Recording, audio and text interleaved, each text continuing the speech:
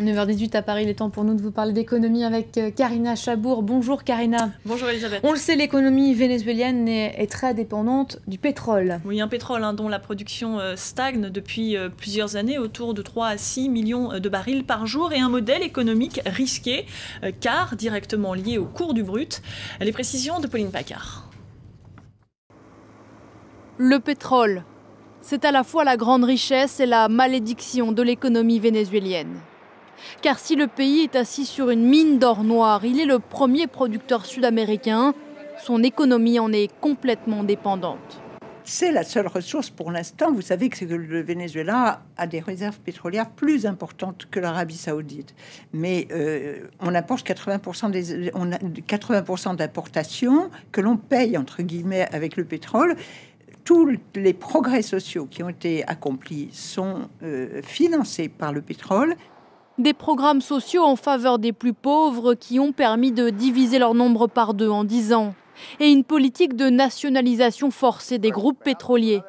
Résultat, sous l'ère Chavez, 200 000 entreprises ont disparu et les investisseurs étrangers ont quitté le pays. L'héritier d'Hugo Chavez va donc devoir diversifier une économie à bout de souffle. Dans ces supermarchés de Caracas, les produits de première nécessité sont souvent en rupture de stock. Il n'y a jamais de beurre ou de lait ici. C'est un vrai problème. Des Vénézuéliens qui manquent de produits alimentaires mais sont aussi privés d'électricité, tant les infrastructures sont vétustes. Autre défi, le déficit abyssal du pays, plus de 15% du PIB en 2012. Jusque-là, Hugo Chavez le faisait baisser artificiellement à coup de dévaluation massive. Son successeur devra trouver une autre solution. Alors on le voit, l'économie vénézuélienne repose sur un pétrole fort. Karina, que peut-on dire de plus globalement sur cette économie? On peut dire que la croissance est relativement élevée. Elle est évaluée cette année autour de 5,5%. Mais c'est une croissance qui repose essentiellement sur la dépense publique. L'État qui dépense énormément, notamment l'année dernière, 30% de hausse dans la construction, notamment pour financer des logements sociaux. L'État qui subventionne aussi tout un tas de produits de première nécessité et qui subventionne également le prix de l'essence depuis des années, ce qui coûte excessivement cher. Résultat, malgré les milliards de dollars de revenus pétroliers, le déficit budgétaire a atteint 12% de la richesse nationale fin 2012 et la dette publique, vous le voyez, frôle les 50%. Chiffre qui semble moins élevé, relativement moins élevé qu'au niveau européen, qu'au niveau des dettes européennes, mais qui, selon de nombreux analystes, serait sous-évalué car il ne prendrait pas en compte la dette contractée à l'égard de la Chine qui est devenue le deuxième partenaire commercial et le premier créancier du pays. 30 milliards de dollars financés, remboursés par le Venezuela à coups de barils de pétrole. Alors un autre défi auquel on s'intéresse, la hausse des prix des biens de consommation conséquente là aussi. Oui, supérieur actuellement à 20%, alimenté notamment par les dévaluations successives du bolivar qui visent à réduire artificiellement le déficit. La dernière en date de plus de 30%, c'était en février dernier, ce qui renchérit les produits importés qui, je vous le rappelle, représentent 70% des produits consommés.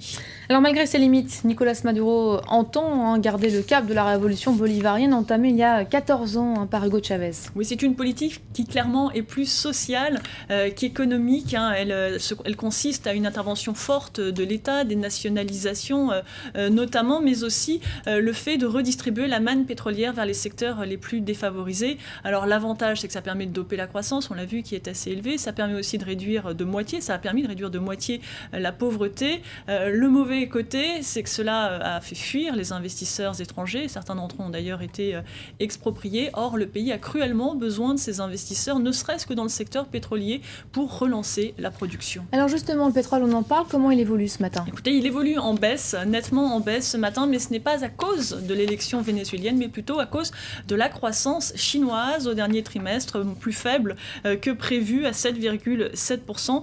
D'ailleurs, toutes les bourses asiatiques quasiment ont toutes d'ailleurs clôturé dans le rouge, et l'ouverture en Europe ce matin se fait à l'équilibre, mais également dans le rouge.